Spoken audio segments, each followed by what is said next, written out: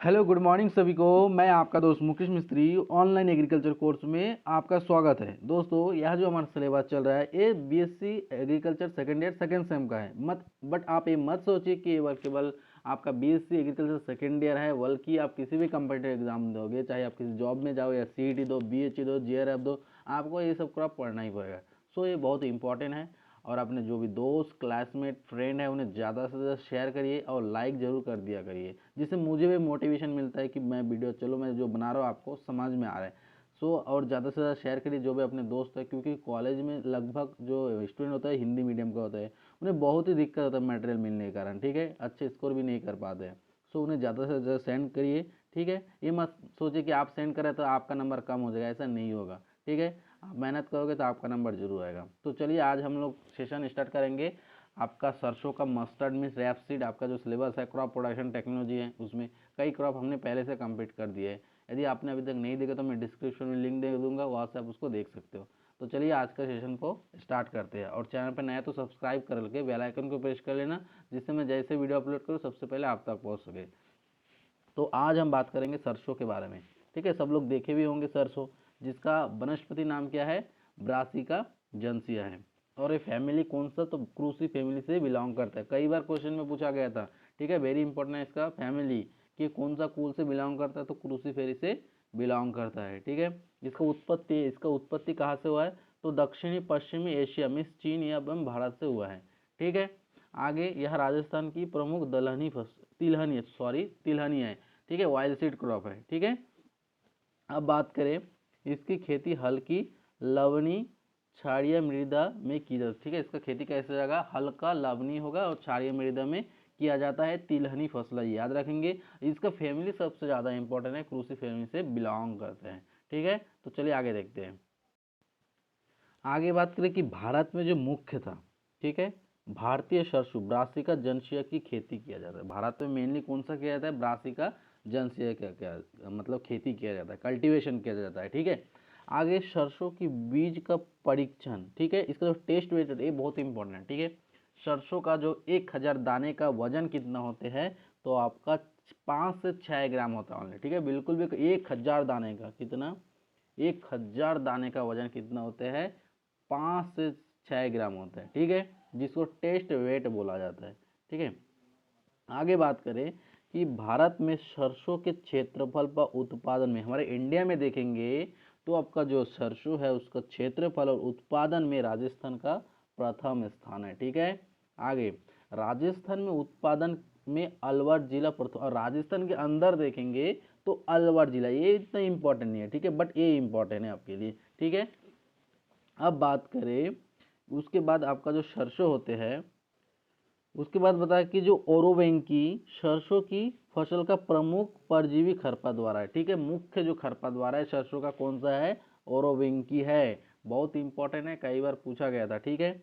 आगे बात करें कि जो आपका राज्य जो राजस्थान में जो गंगानगर है जिला में क्षेत्रफल में प्रथम स्थान, ये भी उतना इंपॉर्टेंट नहीं है आपके लिए, ठीक है। ये राजस्थान जो स्टूडेंट उनके लिए इंपॉर्टेंट है, आपके लिए ये पॉइंट इंपॉर्टेंट है कि भारत में कहाँ पे क्षेत्रफल और उत्पादन में, तो आपका राजस्थान में प्रथम स्थान, बस इतना याद रखेंगे, ये ज़्यादा इंपॉर्टेंट है आपके लिए। तो चलिए आगे देखते हैं। आगे बताते हैं कि जो सरसों होते हैं उसके तेल होते हैं, उसमें जो तीव्र गंध आता है वो किसके कारण पाया जाता है, तो ये आइसोथायोसाइनेट का, ये इंपॉर्टेंट है, कई बार एग्जाम में पूछा गया था, ठीक है। आपका खालिस्तान में पूछा जा सकता है, 1 नंबर में भी पूछा जा सकता है कि सरसों के जो तेल होता है उसमें तीव्र गंध किसके कारण होता है, तो आपका आइसोथायोसाइनाइड के कारण होता है, ठीक है। आगे सरसों के तेल में आपका एल्केलाइड जो एसिड होते हैं, ठीक है, जो एल्कलाइड जो यूरिसिक एसिड होते हैं वो पाया जाता है। और वो जो आपका यूरिसिक जो एसिड होते हैं वो कौन सा रोगी के लिए उपयुक्त नहीं है, तो जो हृदय जिनका हार्ट पेशेंट होते हैं ना उनके लिए उपयुक्त नहीं है, ठीक है। इसलिए याद रखें जिनका भी हार्ट पेशेंट है उन्हें सरसों का तेल ना खिलाए, क्योंकि वो जो सरसों का तेल है उसमें आपका यूरिक एसिड होते हैं, ठीक है, जो आपका हानिकारक है। जिनका हृदय पेशेंट मीन्स जो हार्ट पेशेंट होता है उनके लिए हानिकारक है, ठीक है, ठीक है। तो बहुत इंपॉर्टेंट है, ये बात को याद रखें, जिसका हार्ट पेशेंट है उसको सरसों का तेल ना खिलाए। अब क्यों ना खिलाए इसका रीजन भी पूछेगा तो आप बता देना कि उसमें यूरिसिक एसिड होते हैं, ठीक है। आगे बात करें सरसों के तेल में जो सरसों के ऑयल होते हैं उसमें ग्लूकोसिनोलेट की मात्रा 0.5% से ज़्यादा नहीं होना चाहिए। ठीक है, जो ग्लूकोसिनोलेट की मात्रा है वो 0.5 से ज़्यादा नहीं होना चाहिए। ठीक है, छोटा छोटा पॉइंट याद रखेंगे। आगे जो आपका क्यों नहीं होना चाहिए, अब इसका रीजन भी देखिए कि जो ग्लूकोसिनोलेट होते हैं वो एक विषैला तत्व में से एक टॉक्सिक एलिमेंट होते हैं। ठीक है, जो घेंगा रोग जिसको, ठीक है, घेंगा रोग पैदा करता है। ठीक है, अब इसलिए आपको रीजन भी पता हो गया।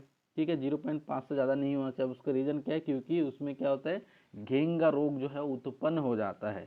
ठीक है, तो आप सोच सकते हैं सरसों के तेल में भी आपका हानिकारक है, हार्मफुल है। ठीक है, आगे सरसों के तेल में सत्यानाशी के बीज का तेल मिलने पर ड्रॉप्सी रोग हो जाते हैं। क्या होता है, ड्रॉप्सी रोग, अंधेपन हो जाता है।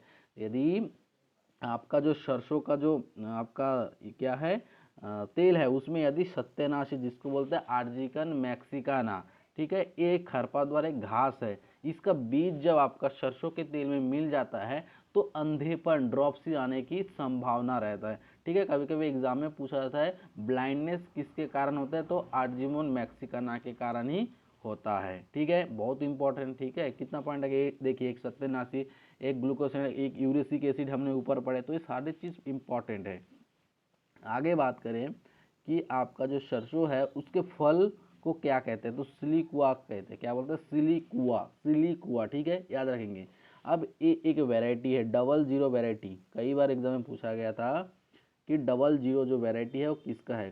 ठीक है, केनोला, केनोला, जो सरसों में केनोला जो 00 वैरायटी है किसका है, तो आपका 00 वैरायटी सरसों का है। पूरे क्रॉप पढ़ेंगे तो इसमें एक भी वैरायटी ऐसा नहीं मिलेगा। ठीक है, 00, क्योंकि हर किसी में देखना पूछा, ये पूछा, हर में पूछा एक दो वैरायटी, बट ये 00 वैरायटी आपको कहीं भी नहीं मिलेगा, इसलिए एक ही क्रॉप में ये ज़्यादा इंपॉर्टेंट है।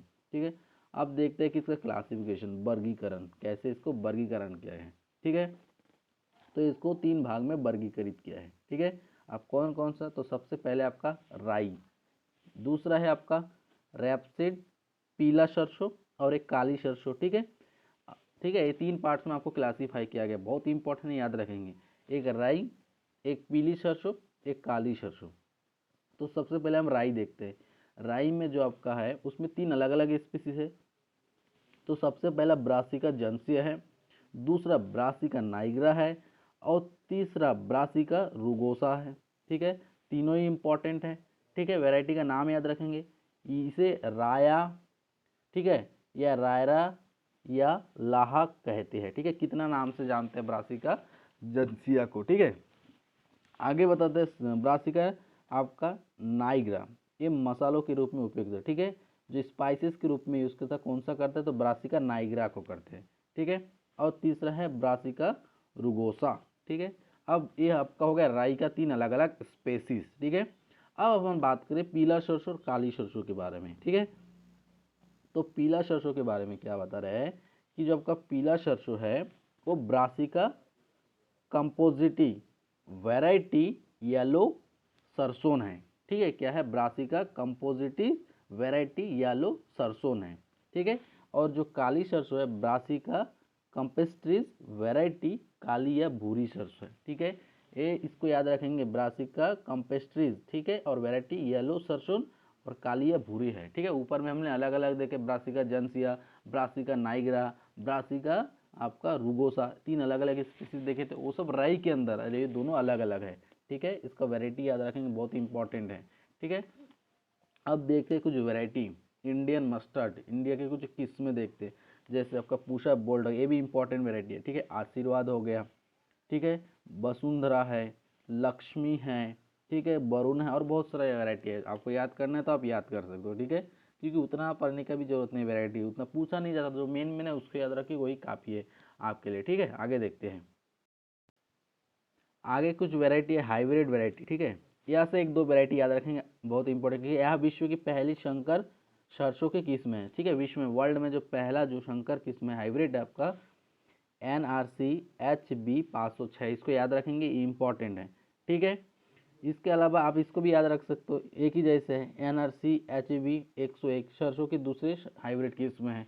ठीक है, अदर वैरायटी में आप पूषा कल्याणी को याद रख सकते हो। ठीक है, जो भूरी सरसों का किस्म है। ठीक है। आगे देखते हैं क्लाइमेट, इसका जलवायु कैसे आवश्यकता होते हैं।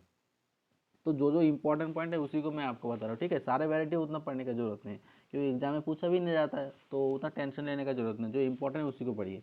क्लाइमेट की बात करें तो क्लाइमेट ठंडा व साफ मौसम होना चाहिए। तापमान की बात करें, टेम्परेचर कितना होना चाहिए, तो 8 से 25 डिग्री सेल्सियस आपका सरसों की खेती के लिए होना चाहिए। पाले के प्रति कैसा होता है, संवेदनशील होते हैं, ठीक है। इसलिए जहाँ पे पाले वगैरह पड़ता है बहुत ज़्यादा, वहाँ पे इसको ग्रो ना करे, ठीक। आगे मृदा की बात करें, सोयल कैसा चाहिए, तो जो बलुई दोमट जो मृदा होते हैं सर्वोत्तम माना जाता है किसके खेती के लिए, आपका सरसों के लिए, मस्टर्ड, ठीक है, मस्टर्ड, ठीक, याद रखेंगे, बहुत इंपॉर्टेंट है। आगे बात करें सीड रेट, आपका बीज दर कितना चाहिए, ठीक है। सरसों के 5 केजी पर हेक्टेयर, कई बार पूछा गया था सरसों में बीज क्योंकि इतना कम दिया रहता है, तो लोग सोचता रहे नहीं 1 हेक्टेयर में इतना कम नहीं हो सकता, क्योंकि इसका सीड ना एकदम छोटा होता है, आप समझ सकते हैं, एकदम छोटा छोटा बारीक बारीक है, इतना छोटा छोटा होता है, देखे भी होंगे इतना ही छोटा होता है, जितना आपका आपका सिंबल हो रहा है इतना ही होता है सरसों का सीड, ठीक है। इसलिए जो आपका 1 हेक्टेयर में 5 केजी सीड आवश्यकता होती है, ठीक है। अब ब्रासिका जंसिया जिसको बोलते हैं राई, ठीक है, कभी कभी राई के नाम से भी क्वेश्चन पूछा जाता है, ठीक है। इसका पौधों से पौधों की दूरी आपका 45 इंटू 10 सेंटीमीटर में रखा जाते हैं, ठीक है। और जो आपका पीली या भूरी राई होते हैं उसके लिए 30 इंटू 10 में रखते हैं, स्पेसिंग भी याद रखेंगे, ठीक है। अब इसका सीड आपका छोटे छोटे है तो गहराई भी कम होगा, ठीक है, तो 3 से 5 सेंटीमीटर इसका गहराई रखते हैं, ठीक है। इसका बीज उपचार कर सकते हैं आप प्रोपेन से 35 SD एट दी रेट 6 से 8 ग्राम पर केजी ऑफ सीड के साथ आप इसको उपचारित कर सकते हो, ठीक है, जिससे आपको जो भी फंगस डिजीज है उसका अटैक कम हो जाए, ठीक है। तो आगे देखते हैं, आगे बात करें इसका सोइंग का टाइमिंग कब है, ठीक है, बुआई कब करते हैं, ये इंपॉर्टेंट है। तो मध्य सितंबर से अक्टूबर में उपयुक्त माना जाता है सरसों का आपका बुआई का टाइम, ठीक है।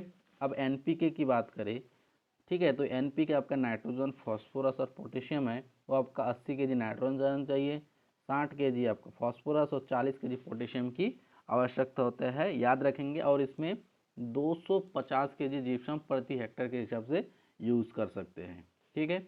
अब सिंचाई की बात करें, इरिगेशन, ठीक है, तो फूल आने से पूर्व व फली बनते समय करना चाहिए, ठीक है। फूल आने से पहले और जब फली बनेगा तब देंगे, ठीक है, ऐसे नहीं कि आप फूल के टाइम दे रहे, फूल आने से पहले देंगे, उसका क्रिटिकल स्टेज है, ठीक है।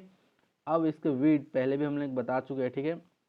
खरपतवार में आपका सत्यानाशी है, इसका रीजन क्या है, और ये टोटल रूट पैरासाइट है, ये भी याद रखेंगे, ठीक है। टोटल रूट पैरासाइट है सत्यानाशी, आर्जिमोन मैक्सिकन, इसी से क्या होता है, ड्रूपसी रोग होता है, अंधेपन होता है, सरसों के बीज में तेल में जैसे ही मिल जाता है तो अंधेपन आने की संभावना रहता है, बस इतना याद रखेंगे। और ये टोटल रूट पैरासाइट है, ठीक है, उससे ज़्यादा आपको याद करने का जरूरत नहीं है। आगे देखते हैं, आगे है आपका वाइट रस्ट, ये इंपॉर्टेंट है, ठीक है। ये आपका अपने अभी का में काम आएगा, साथ ही साथ आप जो डिजीज पढ़ोगे उसमें भी काम आएगा, नेक्स्ट सेम में जाओगे तो आपका डिजीज भी आएगा, ठीक है। सो वाइट रस्ट जो है वो आपका किस में लगता है, सरसों में आता है, ठीक है। ये इसका कॉजल ऑर्गेनिज्म याद रखेंगे, एल्विगो कैंडिडा है, ठीक है।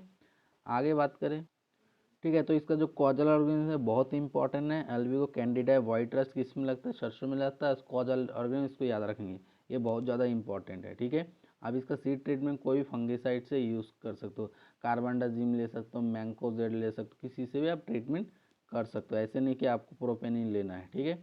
आगे आपका डाउनी मिल्ड्यू, ठीक है। डाउनी मिल्ड्यू को इसमें पहले भी हमने आपको सिम्टम बताया था कि कैसा सिम्टम दिखता है डाउनी मिल्ड्यू, ठीक है। डाउनी मिल्ड्यू हमेशा आपका लोअर सरफेस में लगता है, पत्ती के नीचे के सरफेस में, इसका भी कॉजल ऑर्गेनिज्म याद रखेंगे, ठीक है। कॉजल ऑर्गेनिज्म क्या है इसका, पेरेनास्पोरा ब्रासिकी है, ठीक है, ये याद रखेंगे, कॉजल ऑर्गेनिज्म इंपॉर्टेंट है, ठीक है। तो जो मोटा मोटा चीज़ है जो आपका सिलेबस में है अभी BSc सेकेंडरी मतलब सिलेबस में, तो मोटा मोटा चीज़ हमने बता दी है, तो इसी से बाहर क्वेश्चन नहीं पूछा जाएगा, ठीक है। आई होप कि आपको वीडियो पसंद आए, वीडियो पसंद आए तो लाइक करें, चैनल पर नए तो सब्सक्राइब करें और अपने दोस्तों को जरूर शेयर करें, लाइक कर देना, जिससे हमें मोटिवेशन मिलता है वीडियो को बनाने में, ठीक है। तो चलिए फिर से इसी तरह के नए टॉपिक के साथ मिलता है, तब तक के लिए जय हिंद, वंदे मातरम।